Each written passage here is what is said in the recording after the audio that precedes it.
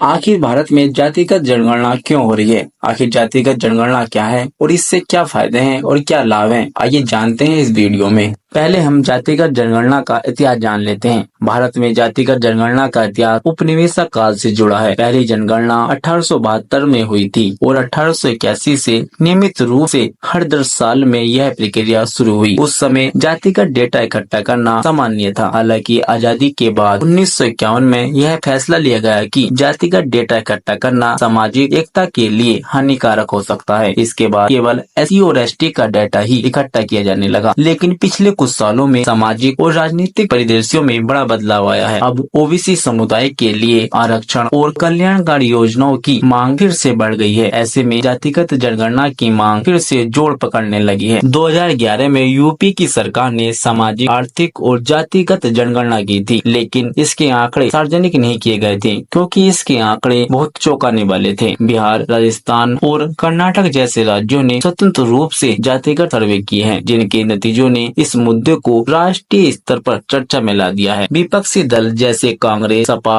RJD काफी लंबे समय से जातिगत जनगणना की मांग कर रहे थे। बीजेपी का सहयोगी दल JDU भी जातीय जनगणना के पक्ष में था। कांग्रेस नेता राहुल गांधी ने इसे सामाजिक न्याय का आधार बताते हुए 2024 के लोकसभा चुनाव में इसे प्रमुख मुद्दा बनाया था, जिसके चलते मोदी सरकार ने इसमें एक अहम कदम उठाया है। सरकार ने आगामी जनगणना में जातिगत जनगणना को शामिल करने का निर्णय लिया है। केंद्रीय मंत्री अश्विनी वैष्णव ने इसकी घोषणा करते हुए कहा कि यह कदम सामाजिक और आर्थिक समानता को बढ़ावा देगा, साथ ही नीति निर्माण में पारदर्शिता सुनिश्चित करेगा। जानते हैं कि जातिगत जनगणना होती क्या है। देश की आबादी को उनकी जाति के आधार पर बांटा जाता है। भारत में हर 10 साल में होने वाली जनगणना में आम तौर पर आयु, लिंग, शिक्षा, रोजगार और अन्य सामाजिक आर्थिक मापदंडों पर डेटा इकट्ठा किया जाता है। हालांकि 1951 के बाद से जातिगत डेटा को इकट्ठा करना बंद कर दिया गया था, ताकि सामाजिक एकता को बढ़ावा मिले और जातिगत विभाजन को कम किया जा सके। फिलहाल केवल SC और ST जनसंख्या का ही डेटा इकट्ठा किया जाता था, लेकिन OBC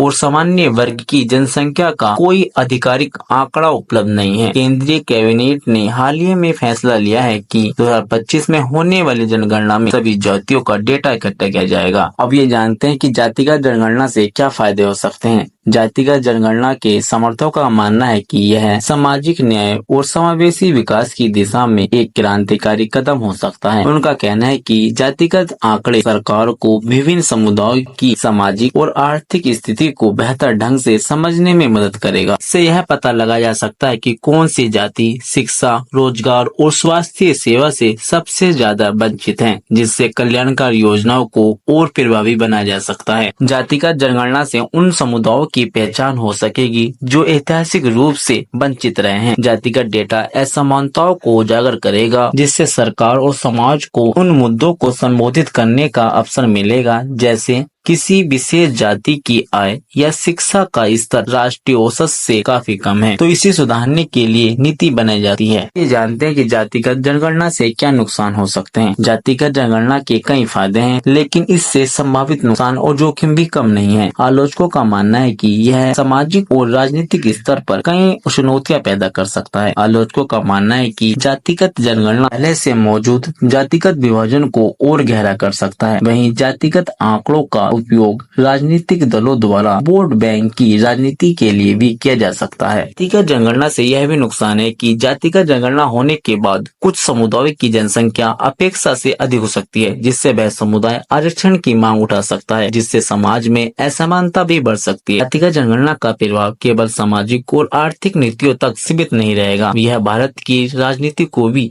गहरे रूप से प्रभावित करेगा। दोस्तों, अगर आपको मेरी वीडियो अच्छी लगी तो प्लीज वीडियो को लाइक, शेयर, कमेंट करना ना भूले और अपनी राय कमेंट में जरूर बताएं। धन्यवाद। मिलते हैं अगली वीडियो में।